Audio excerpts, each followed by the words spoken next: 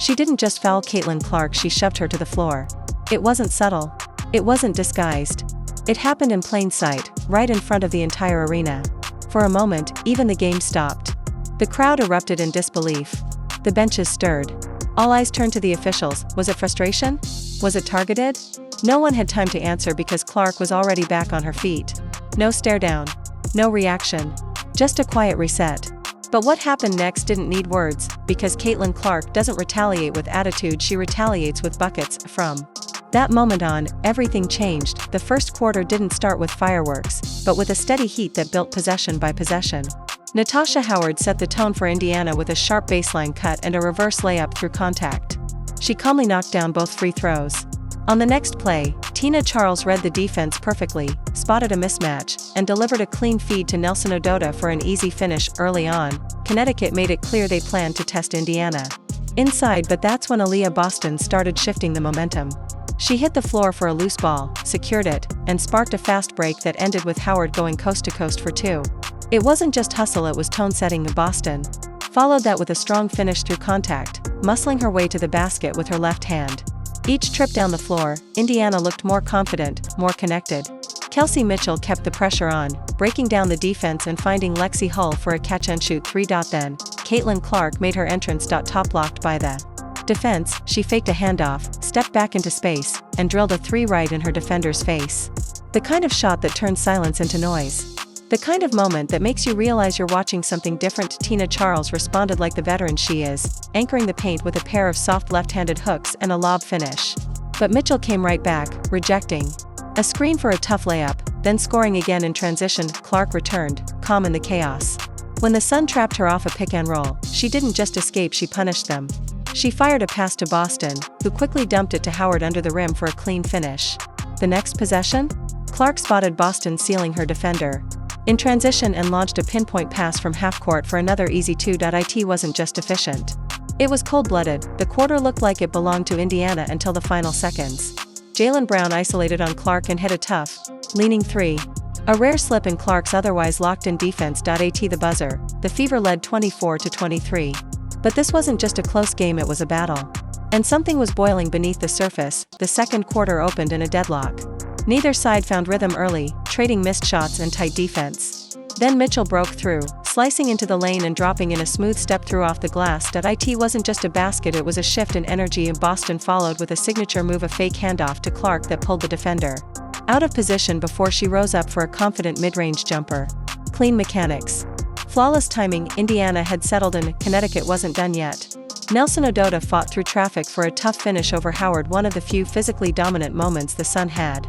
But Indiana never let them build on it. Mitchell answered immediately, powering into the paint and finishing through contact. For the and one. Then, Connecticut made the same mistake, they trapped Clark again. And again, she made them pay. With a slick crossover, she froze the big, stepped back, and knocked down a deep three. The look on her face said everything. Out of a timeout, Indiana executed with precision. Clark hit Dantas in stride on a hard cut. Seconds later, she buried another three after the defense sagged a step too far. Then she flipped the script on defense, jumping a passing lane to lead the break and dish a bounce pass to Mitchell. On the next possession, she came up with another steal. To close the quarter, Clark and Dantas ran a give-and-go that ended in a smooth reverse layup. Though Connecticut got a transition score off a wild save by Charles, it didn't matter. Indiana went into halftime up 47-39. The third quarter opened with a push from the Sun. Marina Mabrey cut backdoor for a clean layup, a glimmer of hope. But Indiana snuffed it out fast. Lexi Hull sprinted into position and knocked down a three in rhythm. The Fever weren't just executing, they were flowing. And Aaliyah Boston was orchestrating.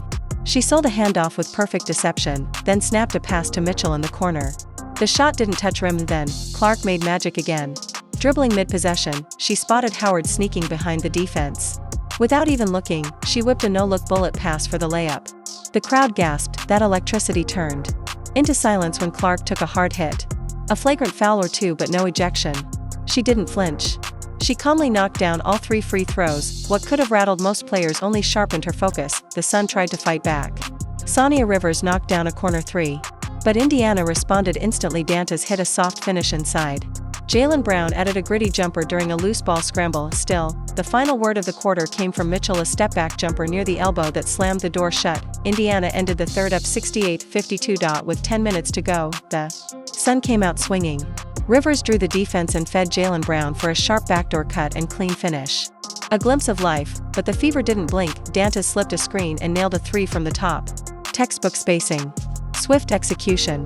Rivers came back with a smooth mid-range jumper. Then a defensive lapse left Jaylen Brown wide open for a three and she hit it, cutting the deficit to 10. The crowd stirred. Indiana shut it down immediately. Sophie Cunningham drove through contact for a steady finish. Moments later, Boston buried a three from the top after a broken play unguarded. Unbothered, then came Clark's closing act. Off a high ball screen, she split defenders and drained a jumper just inside the arc. But her next shot sealed it. Isolated on the wing, she took the handoff, crossed between her legs, and pulled up for a deep three. No hesitation.